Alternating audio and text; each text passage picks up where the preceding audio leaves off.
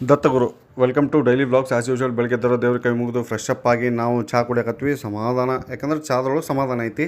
ಅಲ್ಲಿಂದ ಬೆಳಗ್ಗೆ ದೌಡೆದ್ದು ಉಪ್ಪಿಟ್ಟು ತಿಂದಾರ. ನಾವು ಹೋದ್ವಿ, ನಮ್ಮ ಒಬ್ಬರು ಕೊಲಿಗಿಗೆ ಬ್ಲಡ್ ಬೇಕಾಗಿತ್ತು. ಸೊ ಕೊಡೋಕೆ ಬ್ಲಡ್ ಡೊನೇಟ್ ಮಾಡಿದಾರೆ. ಬಂದ್ವಿ, ರಕ್ತ ಕೊಟ್ಟಿದ್ದಕ್ಕೆ ರಗತ್ ಹೊಳಿ ಬರ್ಬೇಕಂತಂದು ಹಣ್ಣು ತಿನ್ನೋಕೆ ಸಲಾಡ್ ತಿನ್ನಕತ್ತಿ, ಫ್ರೂಟ್ ಸಲಾಡು. ಅಲ್ಲಿಂದ ಬಂದು ಜಳಕ ಮಾಡಿ ಸೀದಾ ದತ್ತ ಮಹಾರಾಜರ ಕೊನೆಯ ಅಧ್ಯಾಯ ಇತ್ತು ಇವತ್ತನ್ನು, ಅದನ್ನು ಓದಿ ಮುಗಿಸಿದ್ವಿ. ಮನ್ಸಿಗೆ ಸಂತೃಪ್ತಿ. ಈ ಗ್ಯಾಪ್ನಾಗ ನಮ್ಮ ತಂಗಿ ಹೋಮ್ವರ್ಕ್ ಮಾಡಿ ತೋರಿಸ್ತಾನೆ ಅಂತಂದು ಕುಂತಲು. ಆತ ತೋರಿಸು ಅಂತಂದೆ. ಭಾಳ ಚಂದ ಬರ್ದಿದ್ಲಿ ರೀ ಸ್ಟ್ಯಾಂಡಿಂಗ್ ಲೈನು, ಒಳ್ಳೆ ಕರ್ವು.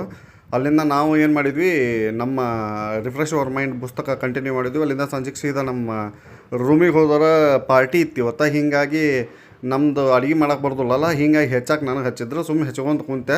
ಅದು ಸಾಮಾನು ತರಕ್ಕೆ ಹೋದಾಗ ಗಿಣ್ಣ ಮರ ಹತ್ತಿದ್ದು ನಾವು.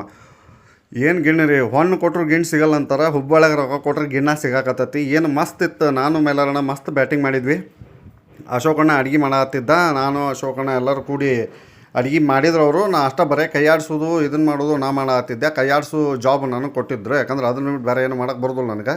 ಎಲ್ಲರೂ ಕುಂತು ಮಸ್ತ್ ಬ್ಯಾಟಿಂಗ್ ಮಾಡತ್ತಿದ್ವಿ. ಅದು ಎಲ್ಲರೂ ಕೂಡಿ ಪಾರ್ಟಿ ಮಾಡೋ ಮಜಾನೇ ಬೇರೆ. ಅದ್ರಾಗ ನಮ್ಮ ಭೂಪಾಲ್ ಅಣ್ಣ ಬಂದಿದ್ದ. ಸೊ ಟೈಮ್ ಆಯ್ತು, ಹಾಸಿಗೆ ಹಾಸಿದ್ವಿ. ನಾವು ಈಗ ಮಕ್ಕೊಂತೇವೆ. ಸೊ ನಮಸ್ಕಾರ ಎಲ್ಲರಿಗೂ. Dattaguru, thank you.